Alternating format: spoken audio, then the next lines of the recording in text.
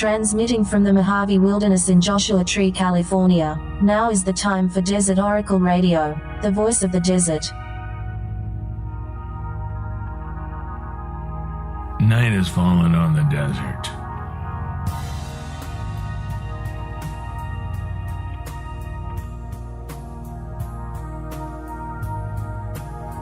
No matter where you are in the wild world, people are celebrating the evangelist saint of ancient Ireland.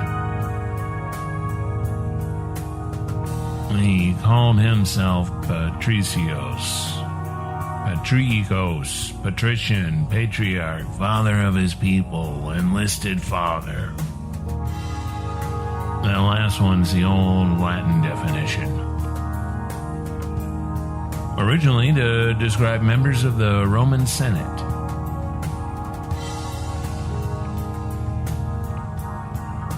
Patrick's achievement was, so we are told, the peaceful conversion of the polytheistic, nature-loving, and supernaturally gifted people of Ireland to Roman Christianity. It's something we celebrate today by dumping food coloring in the Chicago River. And the grocery stores pile up the Guinness by the checkout lines. And a lot of people who rarely take a drink go out and do it poorly. Patrick was maybe the first and last person to bring anything peacefully to Ireland. And maybe that's why the wild Irish of the late 4th and early 5th century let it happen. Somebody was always raiding and colonizing Ireland. The Vikings, Oliver Cromwell, scammy.com companies, 15 or 20 years ago, etc.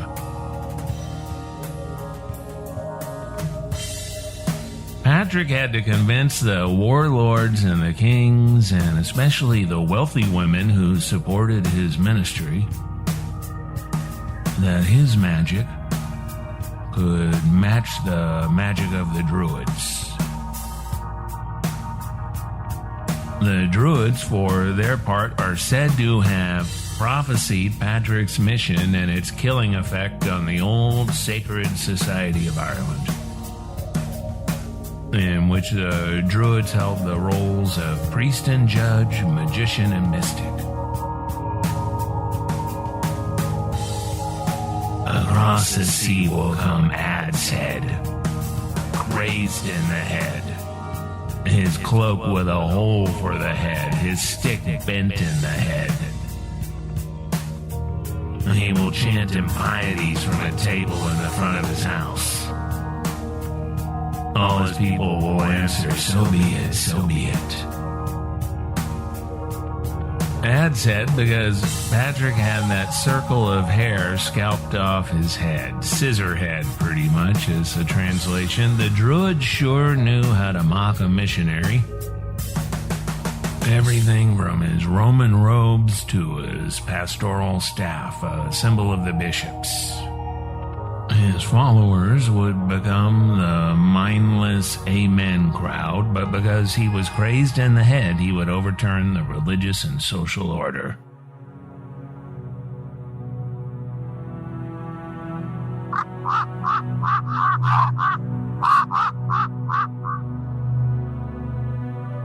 But only with the help of an earlier Patrick, Palladius or Palladius. We don't hear much about Palladius, the bishop from Gaul who was working in Ireland first, because most of his deeds and personal history were conflated with the later career of Patrick. Nothing is ever as it seems. Nothing, including the supposed peaceful mission of Patrick. because his real title, according to 7th century Irish biographers, was Magnus Suscitus, apparently Latinized from Old Proto-Celtic, but now figured to mean something like Apollo the War King. And it is said that he ruled 4 great houses of Druids. So tonight, in tribute to the Druids who were replaced by black-clad priests and empty theologies, I want to tell you some stories. Ghost stories, you could call them. From those ancient Celtic lands that gave us the Sidhe, the good people, the Gentry, the leprechauns and the banshee, the goddess Brigid and the frightful pooka, the dim kingdom and the Tuatha de Danaan.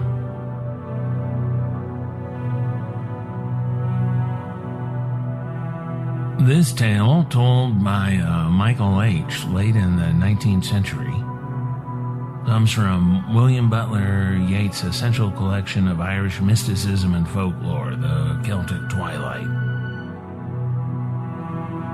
Many a poor man, from Finn McCool to our own days, has had some such adventure to tell of, writes Yeats. For those creatures, the good people, love to repeat themselves. At any rate, the storytellers do. In the times when we used to travel by the canal, said Michael H., I was coming down from Dublin. When we came to Mullingar, the canal ended, and I began to walk. And stiff and fatigued I was after the slowness. I had some friends with me, and now and then we walked, and now and then we rode in a cart. And so on, till we saw some girls milking cows, and stopped to joke with them. And after a while, we asked them for a drink of milk. We have nothing to put it in here, they said. But come to the house with us. We went home with them and sat round the fire talking. After a while, the others went and left me, loath to stir from the good fire. I asked the girls for something to eat. There was a pot on the fire, and they took the meat out and put it on a plate, and told me to only eat the meat that came off the head. When I had eaten, the girls went out, and I did not see them again. It grew darker and darker, and there I still sat, loath as ever to leave the good fire. And after a while, 2 men came in, carrying between them a corpse. When I saw them coming, I hid behind the door, says one to the other, putting the corpse on the spit. Who'll turn the spit? Says the other. Michael H., come out of that and turn the meat. I came out all of a tremble and began turning the spit. Michael H., says the one who spoke first, if you let it burn, we'll have to put you on the spit instead. And on that they went out. I sat there trembling and turning the corpse till towards midnight. The men came again, and the one said it was burnt, and the other said it was done right. But having fallen out over it, they both said they would do me no harm that time. And sitting by the fire, one of them cried out, Michael H., can you tell me a story? Divil a one, said I, on which he caught me by the shoulder and put me out like a shot. It was a wild blowing night. Never in all my born days did I see such a night. The darkest night that ever came out of the heavens. I did not know where I was for the life of me. So when one of the men came after me and touched me on the shoulder with a, "Michael H., can you tell a story now?" "I can," says I. And he brought me, and putting me by the fire, says, "Begin." "I have no story but the one," says I. "That I was sitting here, and you two men brought in a corpse and put it on the spit and set me turning it." "That'll do," says he. "You may go in there and lie down on the bed." And I went, nothing loath. And in the morning, where was I but in the middle of a green field? The good people we should recognize are far more than the impish and solitary leprechaun occasionally witnessed on an overgrown path, beckoning to the curious. They are beautiful women, too, and frightening men carrying a human corpse and threatening murder. Where there is nothing but a green field, they can make a house lit up on a dark night and unaccountable orbs of light flying in strange formation over the countryside.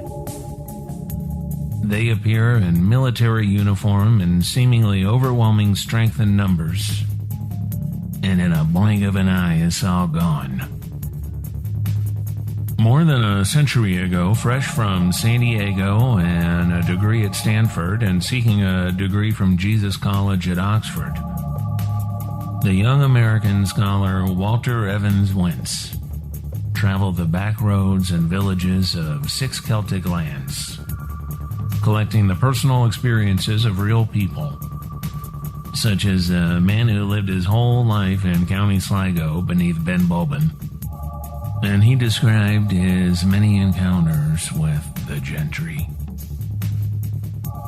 The folk are the grandest I have ever seen. They are far superior to us, and that is why they are called the Gentry. They are a military aristocratic class, tall and noble appearing. They are a distinct race between our own and that of the spirits, as they have told me. Their qualifications are tremendous. We could cut off half the human race, but would not, they said, for we are expecting salvation. And I knew a man 3 or 4 years ago whom they struck down with paralysis. Their sight is so penetrating that I think they could see through the earth. They have a silvery voice, quick and sweet. The music they play is the most beautiful. They take the whole body and soul of young and intellectual people who are interesting, transmuting the body to a body like their own. I asked them once if they ever died, and they said, "No, we are always kept young." Once they take you and you taste food in their palace, you cannot come back. You are changed to one of them and live with them forever. They are able to appear in different forms. One once appeared to me and seemed only 4 feet high and stoutly built. He said, "I am bigger than I appear to you now. We can make the old young, the big small, the small big." One of their women told all the secrets of my family. She said that my brother in Australia would travel much and suffer hardships, all of which came true, and foretold that my nephew, then about 2 years old, would become a great clergyman in America, and that is what he is now. Besides the Gentry, who are a distinct class, there are bad spirits and ghosts, which are nothing like them. My mother once saw a leprechaun beside a bush hammering. He disappeared before she could get to him, but he also was unlike one of the Gentry. Everywhere the Irish went, they brought their fairy faith, their folklore, their customs, so that in the gold rush a century and a half ago now, when hundreds of thousands of Irish arrived in California, the Celtic beliefs quickly merged with the Indian and Spanish lore of the West. And the Irish, who had a bad time of it for much of the 800 years between the Norman lords and the Great Famine, suddenly found themselves in a new position. An Irish miner, it turned out, had better than average luck finding gold. And so began the phrase, the luck of the Irish.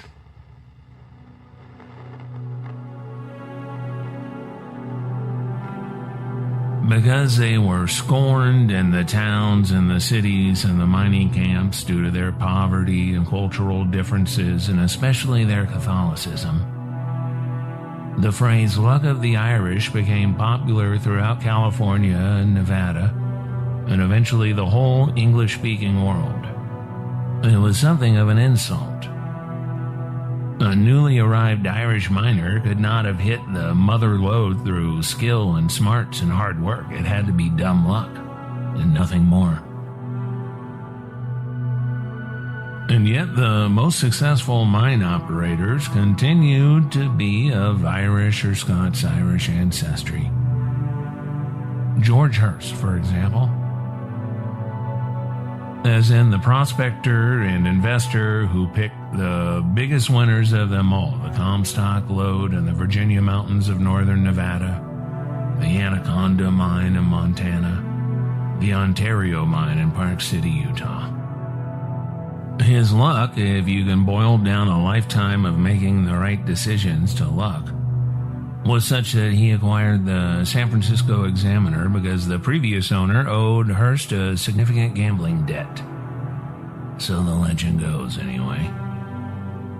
And so began the golden literary age of California. Mark Twain, Ambrose Bierce, Jack London, along with the worst tendencies of muckraking newspaper journalism, which developed more or less concurrently around the English-speaking world, from Fleet Street to the New York world. A two-penny paper filled with wild headlines and incredible stories that influenced William Randolph Hearst especially. But the Irish were not the only Celts in Sierra Nevada. Cornwall, a land famed for its miners and mineral wealth going back to the Phoenician sea trade, gave their own culture and supernatural lore to the silver and gold mines deep beneath the Earth's surface. Pixies, or piskies, arrived with the Cornish in the form of knockers, or Tommyknockers. These capricious sprites of the mine tunnels could be helpful or not, depending on how you treated them. Leaving offerings of food or libation was a way to keep them on your good side. And their telltale knocking led many a miner to a deep, rich vein of ore.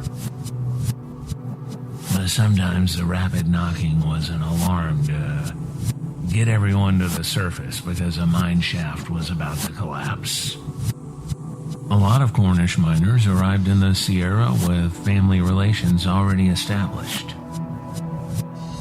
And Cornish Jack became a nickname for Californians from Cornwall, because somebody always had a cousin Jack or a cousin Jenny that they could send for, usually a skilled hard rock and water pressure miner from the old Celtic country. Thousands of their descendants still live in the towns and foothills of the Sierra today. Some describe the knockers as spirits making sounds, something like the poltergeist of Germany. But the variations in experience is what keeps the supernatural world always at a distance from our workaday world. Here's a description of the Cornish knockers from a newspaper called the Daily Mining Gazette. Knockers were about 2 feet tall and were quite grizzled. They dressed in mining clothes, which included a toll, an old-style mining hat made of thick felt. Very mischievous in nature, knockers were usually responsible for stealing tools left carelessly about, and for taking food. Who the knockers are is still debated in Cornwall. Some say they are the ghost of people not bad enough to go to hell, but were not worthy of heaven. Others assert that they are the pre-Christian gods who were sprinkled with holy water, which caused them to shrink. Still others say that they are the spirits of virtuous pagans.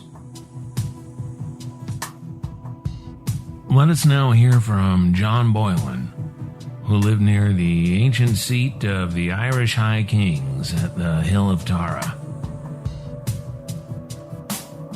There are said to be a whole tribe of little red men living in Glen Otter, between Ringelstown and Tara, and on long evenings in June they have been heard. They have been seen serenading round the western slope of Tara, dressed in ancient Irish costumes. And unlike the Little Red Men, these fairy races are warlike and given to making invasions. Long processions of them have been seen going round the king's chair, an earthwork on which the kings of Tara are said to have been crowned. And then they would appear like soldiers of ancient Ireland in review. Let's finally tell of the fairy creatures. The shadowy things we might describe today as big black cats or the stinking red-eyed monsters of the wilderness, or any number of fanciful apparitions that will never be captured, living or dead, for they move easily within and without our materialist reality. In the course of another conversation, Stephen, a piper of Galway, pointed to a rocky knoll in a field not far from his home and said, "I saw a dog with a white ring around his neck by that hill there, and the oldest men round Galway have seen him too, for he has been here for 100 years or more. He is a dog of the good people and only appears at certain hours of the night." That one you'll find in Evan Wentz's The Fairy Faith in Celtic Countries. And we have time, I think, for a last contribution from Yeats. A few years ago, a friend of mine told me of something that happened to him when he was a young man and out drilling. They were but a car full and drove along a hillside until they came to a quiet place. They left the car and went further up the hill with their rifles and drilled for a while.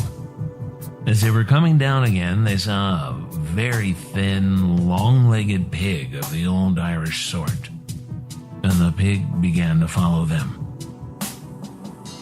One of them cried out, as a joke, that it was a fairy pig, and they all began to run to keep up with the joke. The pig ran too, and presently, how nobody knew, this mock terror became real terror, and they ran as for their lives. When they got to the car, they made the horse gallop as fast as possible. But the pig still followed. Then one of them put up his rifle to fire, but when he looked along the barrel, he could see nothing. Presently, they turned a corner and came to a village. They told the people of the village what had happened, and the people of the village took pitchforks and spades and the like, and went along the road with them to drive the pig away. But when they turned the corner, they could not find anything. The fairy pig had disappeared.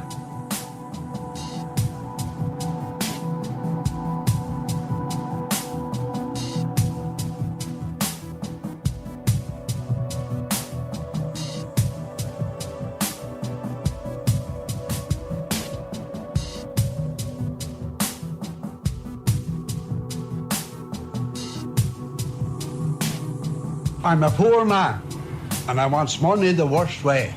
And I'll tell you the truth, if you give me £1,000 tomorrow morning, I wouldn't dig a spit with a spade here. Well, what about the fairy field now, where they've changed it to? The fairy field and the Raheen is all the same to me. I wouldn't meddle with it.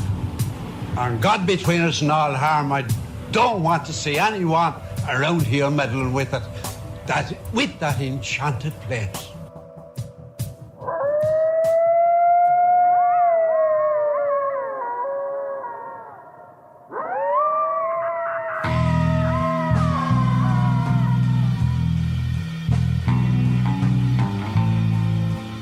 From Amboy to Isaacs and across the Great Mojave Wilderness, this is Desert Oracle Radio, and I am your host, Ken Lane. The moody music heard throughout our broadcast, those are the soundscapes composed and performed by the High Desert's own Red, Blue, Black, Silver. And I believe starting off tonight with some help from S.W. Lawden on the drums. Well, it's springtime, and I am happy to be getting on the desert road, which is the best feeling in the world. I'm headed to Utah, Green River, Moab. I will be broadcasting the show from KZMU-FM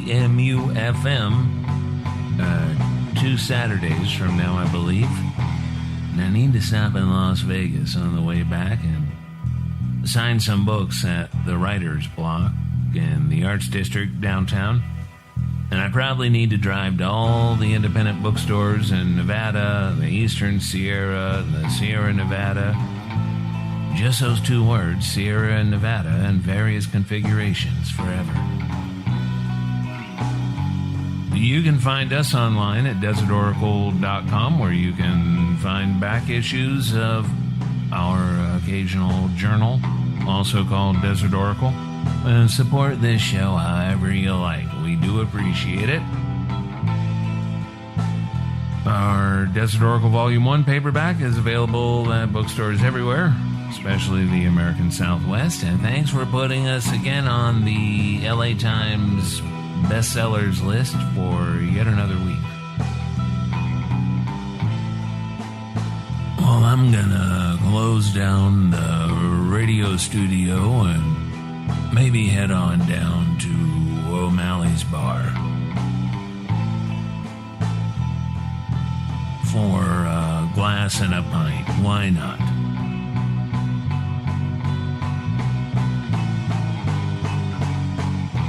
Enjoy your weekend, in moderation, of course. A good night from the voice of the desert.